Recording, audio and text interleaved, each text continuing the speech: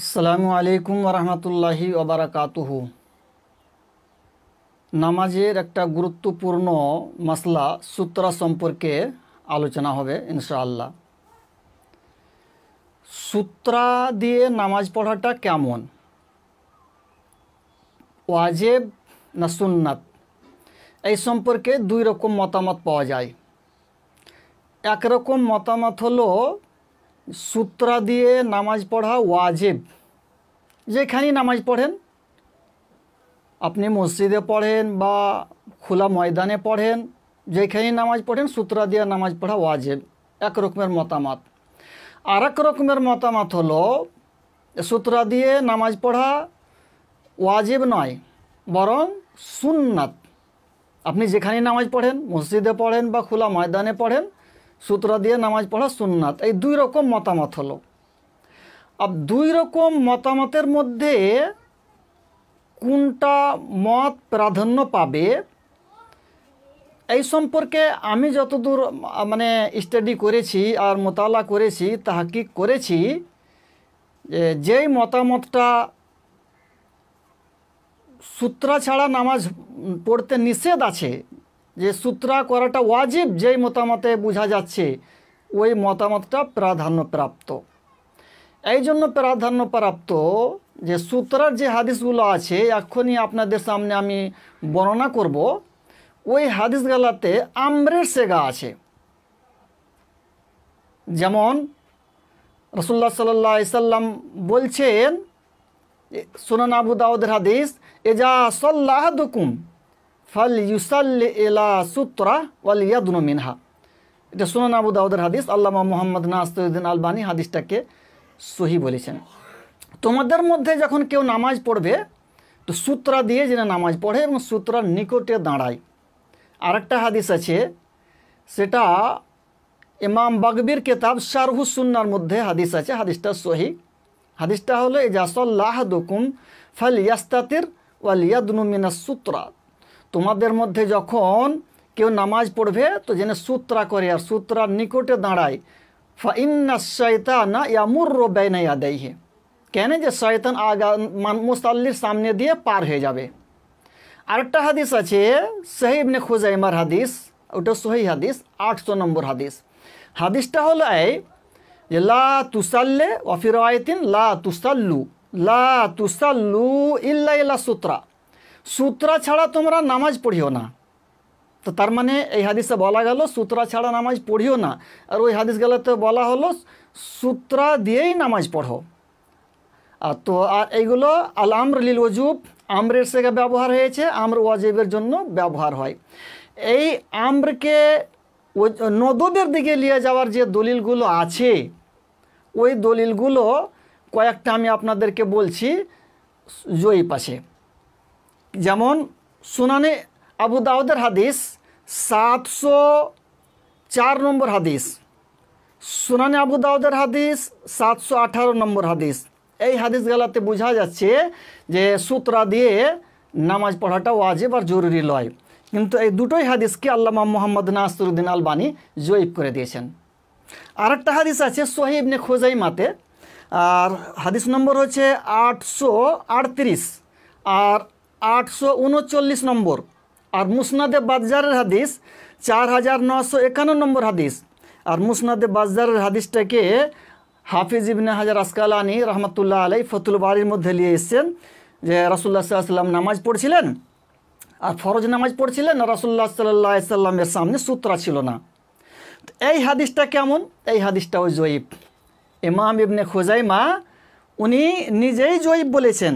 দেখবেন সহিহ ইবনে খুজাইমা প্রথম খণ্ড 330 পৃষ্ঠাতে এই হাদিসটাকে উনি জয়ীফ করে দিয়েছেন।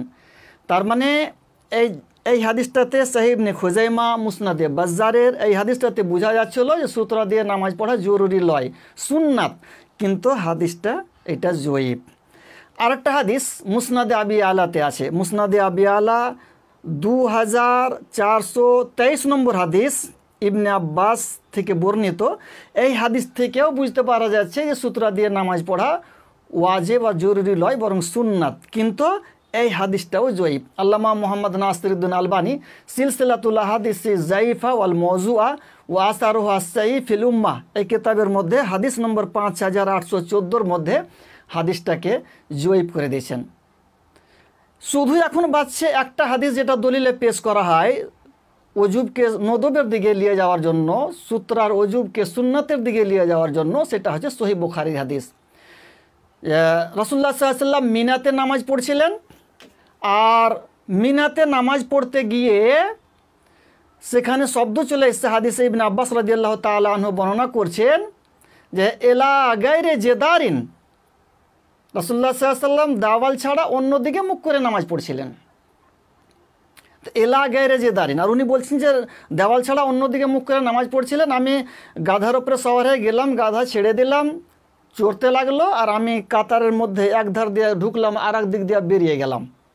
তো আমাকে কেউ কিছু বলল না, রাসূলুল্লাহ সাল্লাল্লাহু আলাইহি ওয়াসাল্লাম কিছু বললেন না, কোনো সাহাবীও কোনো কথা বললেন না। তো এখানে এলা গায়রে জেদারিন শব্দ চলে এসছে। তো এলা গায়রে জেদারিনের মানে কি? ইমাম শাফি এবং অনেকে এটার হাদিসের মতলব লিয়েছে এলা গায়রে জেদারিন মানে এলা গায়রে সূত্রা, রাসূলুল্লাহ সাল্লাল্লাহু আলাইহি ওয়াসাল্লাম সূত্রা ছাড়াই নামাজ পড়ছিলেন। কিন্তু এই হাদিসের আরও অনেকে যেনারা ভাষ্য গ্রন্থ লিখেছেন, আল্লামা আনোয়ার শাহ কাশ্মীরি, আল্লামা আইনি আর আল্লামা ইরাকি, এছাড়া আরও অনেকে, আল্লামা ওবেদুল্লাহ মুবারকপুরি মিরাতুল মাফাতের মধ্যে লিখছেন যে এই হাদিসের সঠিক মতলব এলা গায়রে জেদারিন মানে হলো যে দেওয়াল ছাড়া অন্য সূত্রা ছিল, দেওয়াল ছাড়া অন্যদিকে মুখ করে নামাজ পড়ছিলেন, মানে দেওয়াল ছাড়া অন্যদিকে মুখ করে মানে দেওয়াল ছাড়া অন্য সূত্রা ছিল, লাঠি ছিল, বল্লম ছিল, আরও কিছু ছিল, দেওয়াল ছিল না সামনে রাসূলুল্লাহ সাল্লাল্লাহু আলাইহি ওয়াসাল্লামের, তার মানে সূত্রা ছিল। আর এইটাই সাবিত করতে চেয়েছেন ইমাম বুখারী, কেন যে ইমাম বুখারী রহমাতুল্লাহ আলাইহি হাদিসটাকে 4-5 জায়গাতে নিয়ে এসেছেন। তার মধ্যে এক জায়গা হলো সূত্রাতুল ইমামে সূত্রাতুল লিমান খালফাহু, ইমামের সূত্রা মুক্তাদির জন্য যথেষ্ট। এবার ইমামের আগা দিকে সূত্রা থাকলে পারে মুক্তাদিকে আর সূত্রা দিতে হবে না। আর ওইভাবে হাদিসটা নিয়ে আনলেন যে ইবনে আব্বাস রাদিয়াল্লাহু তাআলা আনহু বলছেন যে রাসূলুল্লাহ সাল্লাল্লাহু আলাইহি ওয়াসাল্লাম মিনার মাঠে নামাজ পড়ছেন এলা গায়রে জেদারিন, দেওয়াল ছাড়া অন্যদিকে মুখ করে, আমি গাধীকে ছেড়ে দিলাম চড়তে, আর সাফের মধ্যে একদিক দিয়ে ঢুকলাম আর একদিক দিয়ে বেরিয়ে গেলাম, কাতারের মধ্যে দিয়ে চলে গেলাম। তো এই যেটা ইমামের সূত্রা মুক্তাদির জন্য যথেষ্ট, এই মশলাটা ওই সময়তেই সাবিত হবে যখন এই হাদিসটাতে মতলব লাওয়া যাবে যে রাসূলুল্লাহ সাল্লাল্লাহু আলাইহি ওয়াসাল্লামের সামনে সূত্রা ছিল, ইমামের সূত্রা ছিল, যার কারণে মুক্তাদির আলাদা আলাদা সূত্রার কোনো প্রয়োজন হলো না। আর এটাই ইমাম বুখারী সাবিত করতে চেয়েছেন যে রাসূলুল্লাহ সাল্লাল্লাহু আলাইহি ওয়াসাল্লামের সামনে সূত্রা ছিল। তো এলা গায়রে জেদারিন মানে দেওয়াল ছিল না সূত্রা, দেওয়াল ছাড়া অন্য সূত্রা ছিল, এটা হলো সঠিক মতলব।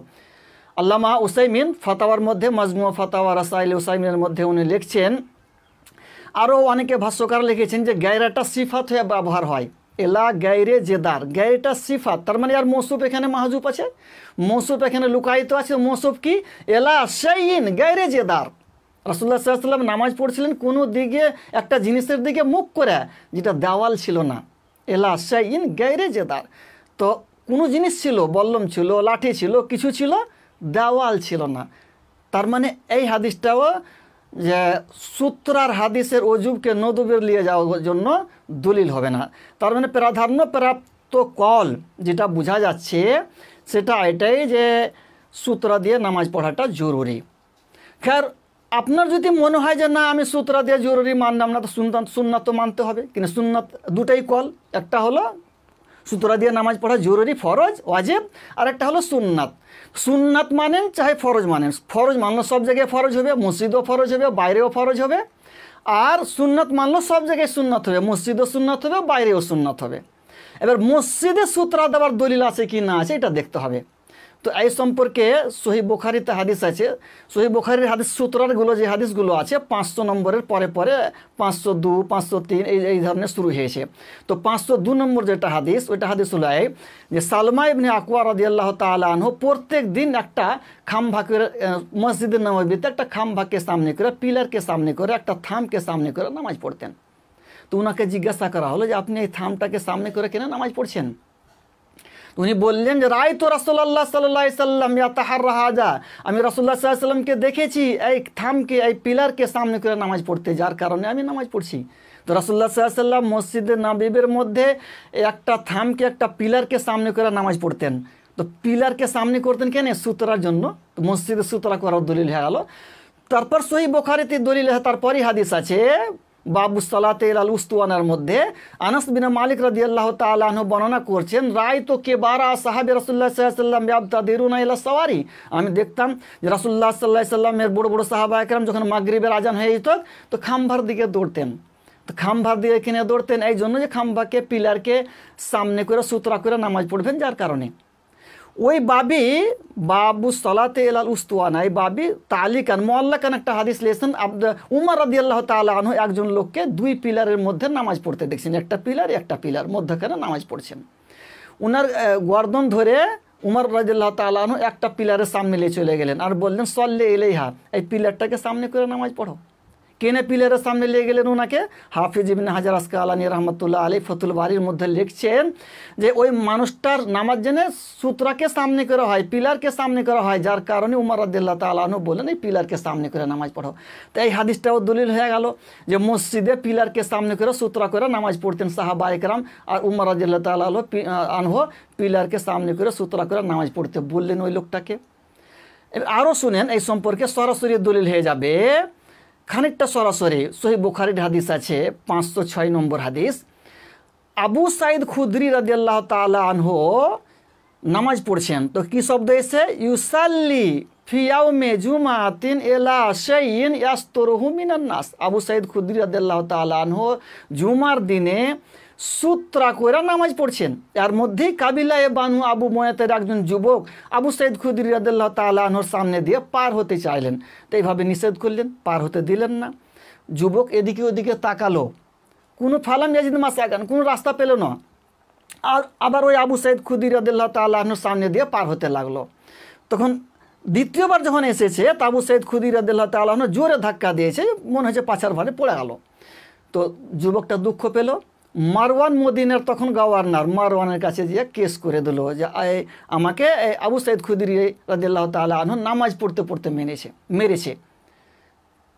মারওয়ান তখন ডাকলেন আবু সাঈদ খুদরি রাদিয়াল্লাহু তাআলা আনহু, হাদিস শুনাইলেন যে রাসূলুল্লাহ সাল্লাল্লাহু আলাইহি সাল্লাম বলেছেন কোনো মানুষ যখন সূত্রা দিয়ে নামাজ পড়বে তো সূত্রা নিজের মধ্যে দিয়ে কেউ যদি কেউ যেন পার হতে না দেয়, আর যদি কেউ পার হয় তাকে নিষেধ করে, না মানলে পরে ধাক্কা দিয়ে যেন নিষেধ করে, কেন যে শয়তান। এই হাদিসকে কেন্দ্র করে আমি ধাক্কা দিয়েছি।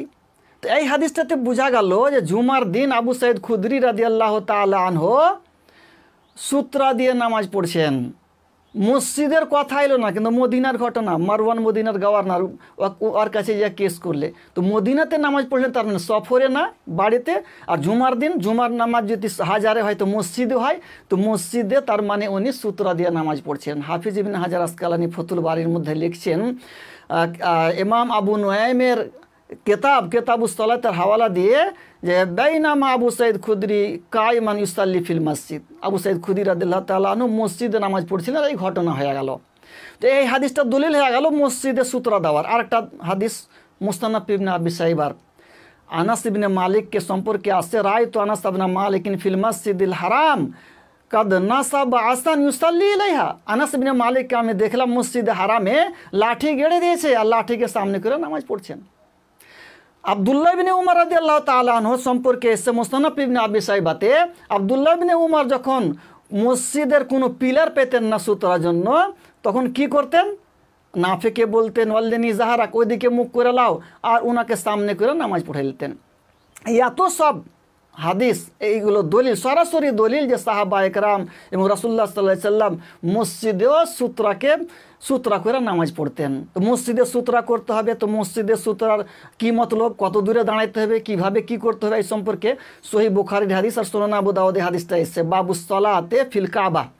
আর সহিহ বুখারীতে এটাই বাব আছে, সুনান আবু দাউদে এটাই বাব আছে, কেতাবুল মানাসিকের মধ্যে আছে হজের বাবে, যে রাসূলুল্লাহ সাল্লাল্লাহু আলাইহি ওয়াসাল্লাম কাবার মধ্যে নামাজ পড়তে দাঁড়ালেন, তো জাআলা বাইনাহু ওয়া বাইনাল কিবলা কারিবাম মিন সালাসাতে আজরুইন, এটি সহিহ বুখারী। আর সুনান আবু দাউদে আছে সালাসাতে আজরুইন, রাসূলুল্লাহ সাল্লাল্লাহু আলাইহি ওয়াসাল্লাম কাবার মধ্যে নামাজ পড়তে দাঁড়াইলেন। তো কাবাটা মসজিদ মধ্যে মানে ভিতরে, তো দেওয়াল থেকে 3 হাত দূরে কিংবা কাছাকাছি 3 হাত দূরে দাঁড়াইলেন।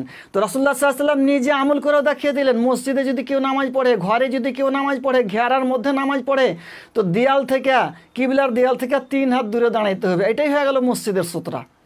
তো কিবলার দেয়াল থেকে, পিলার থেকে 3 হাত দূরে দাঁড়াবে, কিংবা কোনো মানুষ বসে আছে মানুষ থেকে 3 হাত দূরে দাঁড়াইবে। এইটাই হলো মসজিদের সূত্রার মতলব। আর অনেক বড় মসজিদ আছে, তো তখন আপনি যদি দেয়াল থেকে 6 হাত 9 হাত দূরে দাঁড়াবেন, তখন আপনাকে 3 হাত দূরে কিছু রাখতে হবে। ওই দেওয়াল আছে ওইদিকে 6 হাত 9 হাত দূরে, আপনি দাঁড়াবেন এইখানে 6 হাত 9 হাত দূরে দাঁড়াবেন, তখন আপনি যেখানে দাঁড়ান ওখান থেকে 3 হাত দূরে আপনাকে কিছু সূত্রা রাখতে হবে।